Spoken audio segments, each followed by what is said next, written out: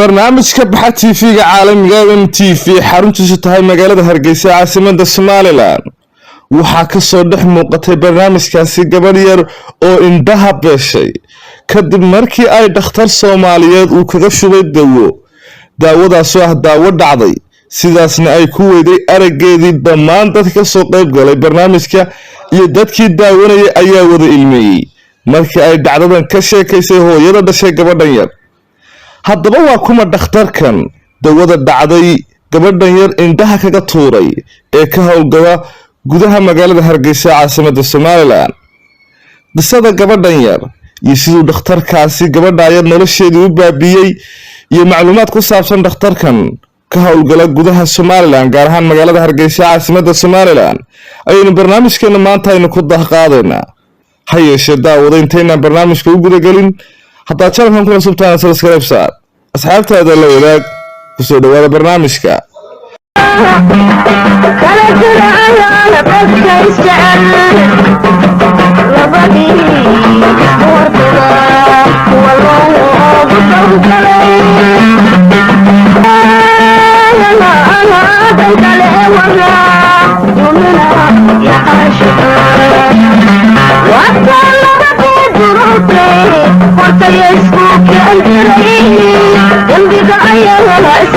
barnaamijka baxa TV-ga MMTV ee xaruntiisu tahay magaalada Hargeysa caasimadda Somaliland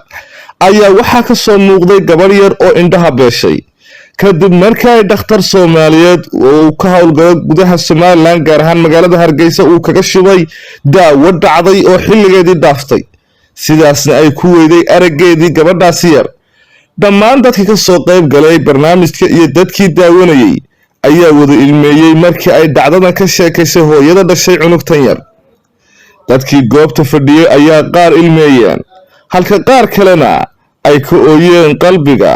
waa dhacdo xanuun badan oo loo geystay gabadhan yar ee agoonta ah ee hooyadeed ay korriinkeeda la daala dhacayso. hooyadan ayaa sheegtay in gabadheedu ay xoogaa ka yara xanuunsatay indhaha balse ay u geysay dhakhtar markaana uu xoogaa arageedu fiicnaa gabadhan yar markii ay dhakhtarka u geynaysay. dhakhtarkii ayaa waxay tiri hooyadani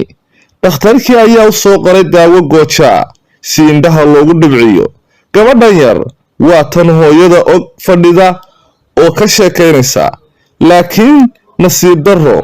habeenkii markii ay ku dhibcisay labadeedii indhood ayaa xanuun ku bilowday gabadha yar awgeed. gabadha yareed saacad kadib waa ay xanuunsatay oo indhihii ayay xanuun la seexan weyday. labadii indhood midna way qaraxday midna wayba soo dhacday oo dhulka ayay ku dhacday ayay tiri hooyadani iyadoo markaasi tusinaysa dadka ka soo qayb galay barnaamijka MMTV. hooyadana hadalkeeda sii wadata oo ka sheekaynaysa dhacdadan xanuunka badan ee dhakhtarkaasi u geystay gabadheeda yar ayaa waxay tiri subaxii ayaan dhakhtarkii ku laabtay markuu arkay in indhihii dhammaaday oo ay indhihii beeshay gabadhan yari rajo dambena aysan lahayn. gabadha ayuu wuxuu ku yidhi hooyada iga raalli ahow inay sidaa noqonayso ma aanu moodayn waxaan ka qaban karaana ma jirto. hooyadan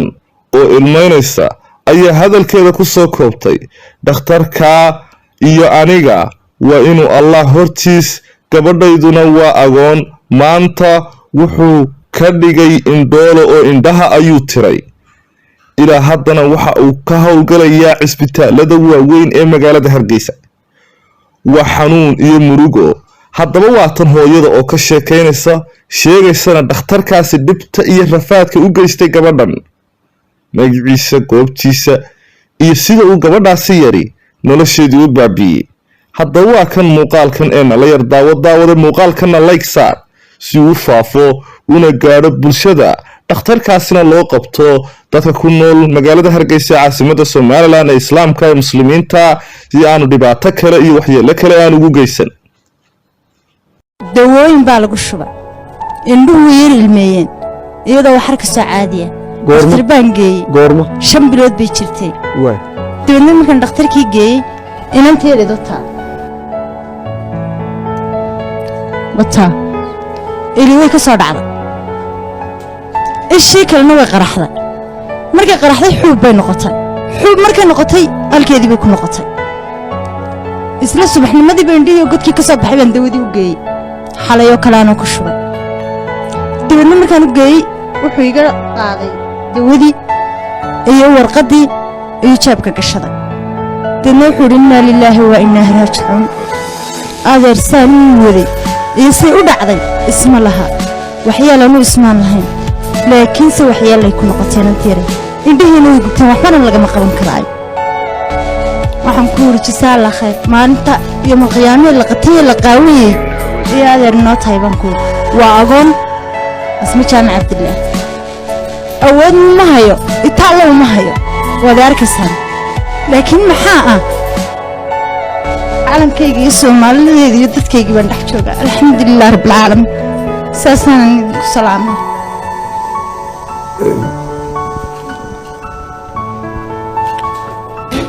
agaasima guud adoo mahadsan haddaad tira maxaa dawadii saanuufi u keeni weyda ama liili lahayd maada iga iibsanaya cabdi maxamed iga iibsanaya 80% dadka waxba ma haystaane waxaan u keenaya waxay iibsan karayaan dee quality-geediina la eegay hadday xanuunka xanuunkay maxaad u wadataa gaariga waddada qaldan maraya xaggan ku yaalla bahalkiisii maxaad laamiyeed u marinaysaa waa qalade dadka daysi maxaa loo marinayaa dee isweydiiya maxaa loo marinayaa yuusufow xuquuqday muwaadiniintu kugu leyn baynu ka hadlaynaa maxaa kuu diidaya agaasimaha guud wuxuu sheegay in kootarabaan daweyn lagu soo geliyo waddanka maxaa kuu diidaya inaad saa doonto dawada u soo gelin karto idan lagaa eegin marka waxaad igu leedahay aqoons buu ku xidhan yahay inaan mashiinta yeelo wuu ku xidhan yahay waxaan u soo taagnaa horta China waa meel lagu samayn karo wax alla waxaad doontid qof bani aadana oo siduu weegi hadda tiraad geyso waa lagu samaynaya waxaad qaadanaysaa baaketka kartoonka dawada ay Bristol ka timi UK sideedii baad u qaadanaysaa China tegaysa waad geynaysaa anigu markaa wallahi waan qiiroonaya waxaan u taagnaa berigaan rooggan doono 2014 waxaa jirta iminka dadka ugu waaweyn ee soo dejiya dawadu in ay hosbitaal la furteen haddana waa kii keenayey waa kii ka keenaya ansixinaya oo xeerkiya waa kii iibinaya farmasiyada ka iibinayay waa kii qofka shay baadhayay waa kii dawada u qorayey heerka ay wasaaraddu bal roolka ay ku leedahay agaasi dawo magaceed buu qoray dawadaasi waa dawo caadi oo shirkadi leedahay dawada shirkadu leedahay wuxuu ka soo iibsaday beeshinkaasi qof farmasiya intuu meesha kala baxay agteeda ah dawada waxa la soo siiyay aan dawadii ahayn dawo aan dawadii ahayn ayuu soo qaatay uu yimid waxaan ku yiri xaguu ka soo qaatay waxa la igu yiri isagii qaali bay noqotay meel kale ka soo qaatay waxaan doonayaa inaan soo koobo maanta agaasimi ma noo ballan qaadaysaa inaad waxaagii computer nooga soo dhigto qof kasta meel kastaana uu soo qaato dan doonaya waa halka noo ballan qaado insha Allah marka saas uu dareenkan qabo markaas wuxuu yahay khalad uu jira aad u xoog badan laakiin saxitaankiisa waa lagu jiraa la goorma la saxay saxitaanku intuu qaadanaya muwaadiniintu ay xaq u leeyihiin macnaheedu yaan la gaarin waqtigii adduunyadu casri bay noqotay la sixi lahaa ama dariiqii lagu sixi lahaa ama laga doodi lahaa oo ummaddu miiska wada fadhiisan lahayd inaan ka shaqeeya farmashi baa soo wacay waddanku maaha magaalooyinka waaweyn oo keliya tuulooyin baa jira oo aan la gaari karin inankaas waxaa u timi maamadaasi waxay aad maamo birigna siiyaa waxaan ognahay dadka hooyo uur lahaa maamadaasi waxaa jira dawooyin aanay qaadan karin wakhtigay uurka leeyihiin maamooyinku inankaasi wuxuu ka baqayaa shaqadiisa inuu ku waayo